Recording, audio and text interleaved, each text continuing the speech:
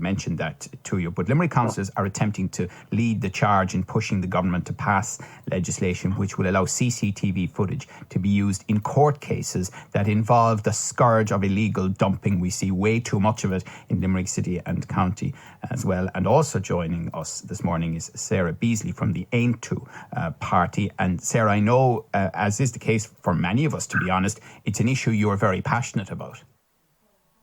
Joe, yes, it really is. Since the lockdown, it's everywhere, whether it's in the countryside or whether it's in the city centre, whether it's in housing estates. I have never seen so much dumping, from prams to mattresses to bags of rubbish containing food and nappies. You know, it just seems it upped its game with the pandemic. And it really, really annoys me as, someone that does pay my bins and, everybody else that is in the same boat as me. And it's worth pointing out, it goes side by side, doesn't it, with more common littering as well that we're seeing so much of? It does. I mean, as you can see now with the outside dining, the bins are overflowing. There just isn't enough bins in the city centre. But to dump prams and mattresses, just at the side of the road, anywhere where there's a bit of green space, it's filling up. And, it's costing the council to go out each day on rounds and, picking up more stuff every single day. So I just think it's very unfair for residents in the city and also for the council workers, because people do know that, when they go through the rubbish, it's quite obvious. There's names and addresses on pizza boxes and phone top-up bills, so it's not rocket science to actually know who's you say doing that, it. but people are getting more and more clever about that too. And there isn't quite the evidence that there once was around that when people copped on to the fact that their rubbish was being gone through to find that type of information. But Sarah, do you think that the concern around GDPR when it comes to using CCTV footage to punish illegal dumpers is overblown? No, I don't. I think now the EU, in 2018, when you look at the data regulation and the legislation, it does clarify that you can use CCTV, whether it's community or Garda CCTV. And the Law Society of Ireland has studied and accepts that as long as the CCT and everything's in accordance with GDPR, there should be no reason why it's not used against to prosecute people. And I think that's the only way that we can go now at this stage, unfortunately. Yeah, we're chatting to Sarah Beasley from Aontú in Limerick, and Fine Gael Limerick councillor John Sheehan is with us as well. And look, the obvious point is that illegal dumping is not only costly, but it threatens the environment. And you are asked to report illegal dumping to Limerick City and County Council on customer services at limerick.ie, or you can call 061 55 6000, 061 55 6000. John, what are Limerick councillors doing about this? Is it something that you can do more about locally, or are you trying to put pressure on central government, or what? Well, Joe, I suppose, but one thing we're doing about it is a bit pulling our hair out, trying to sort it out, because it's become endemic throughout the country, I suppose. And for some reason, as Sarah has said, COVID has escalated that, and like one would have to ask the question. She mentions prams and mattresses and things like that, which are essential household items, and sometimes you'd see fairly good stuff being thrown away. So you'd wonder what's the mindset behind it all, or and the value that people put on some of these items. But I put it this way, that we spend an enormous amount of money with litter wardens who do an excellent job for us, and trying to go to court and so on and so forth to curtail illegal dumping. But it's absolutely, it's atrocious at the moment. And the city has it, of course, that has been outlined. But remote parts of our county are being scenic places are being used now just literally as dumping grounds. And I'm not talking about fly tipping or the pizza box and a mobile phone receipt. I'm talking about full-on loads of stuff just being carried up country roads and trailers being tipped and dumped. And the frustration we have with it, Joe, is, and it was adhered to there in what you said, that the Pollution Act of 1997 and the Waste Management Act of 1996 do not take into account or regulate the processing of personal data.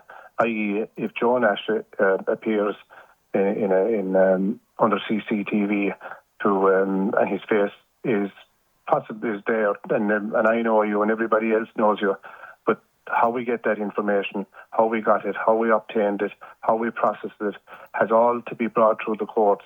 And any chink in that chain that case then is thrown out. It has been shown down in Waterford, was it last year or 2 years ago, where the judge reprimanded the Waterford County Council for their lack of adherence to GDPR.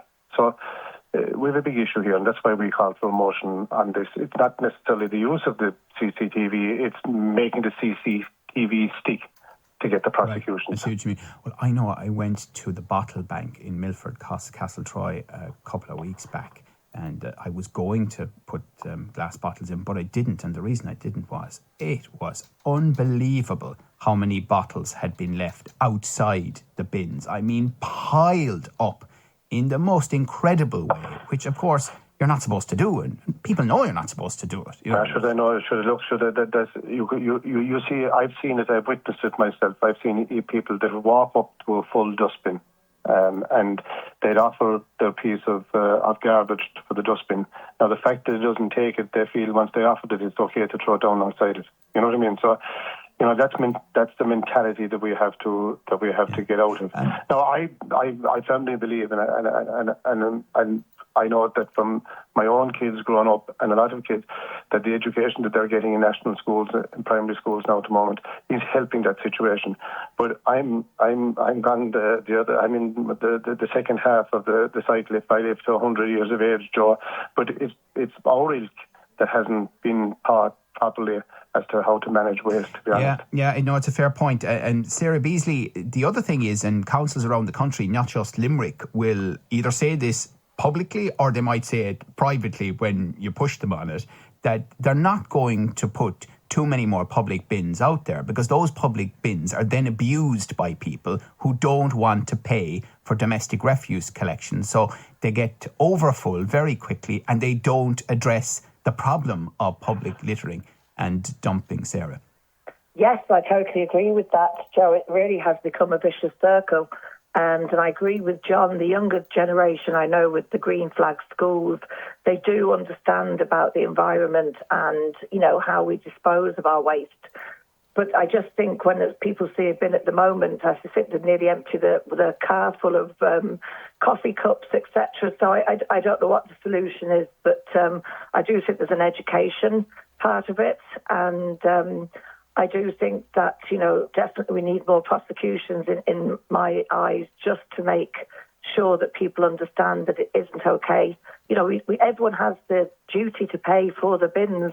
And I think maybe it could be that if we have a litter warden, we might have to go for, a cycle of 2 years to actually have somebody going around to make sure that every household does have bins. And maybe that's something that we would have to impose if this continues. Yeah, and Councillor John Sheehan, it's been interesting as well, because this to some degree is connected to our summer of outdoor living because of COVID, and there's been quite a game of table tennis over the last few days. I know the Mayor of Limerick, Councillor Michael Collins, was on with us earlier in the week. He pointed the finger squarely at central government for the delay in the resources required for the build-outs in Limerick City and parts of County Limerick as well, which means that we're not as prepared for an outdoor summer as frankly we should have been. But then a central government, I think the Minister Eamon Ryan yesterday pointed the finger right back at local councils and said they need to get their act together, and it's a disgrace that they haven't.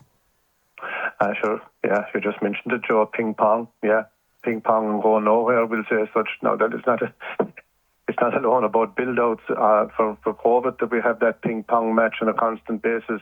Our local TDs love to blame the council when it suits them, and probably the council love to blame central government when it suits them. But I don't think Joe Citizen gives a tuppenny hoot about that. But they want to see the action done. And whenever about build-outs and all the bits and pieces, like the climate will play a role in how outdoor dining and everything works. And we're not too far away from indoor dining. And I think the most important message to get out here is that you can build all your build-outs and build-ins and whatever you want to do, but if the people don't act responsible, you have an issue. And that's what we need to do. And it's a bit like what we controlled drinking environment. It's better to have somebody in a controlled drinking environment and they out in the street drinking bottles by the naked amount, which have filled up your bring bank that you couldn't dispose of your bottles.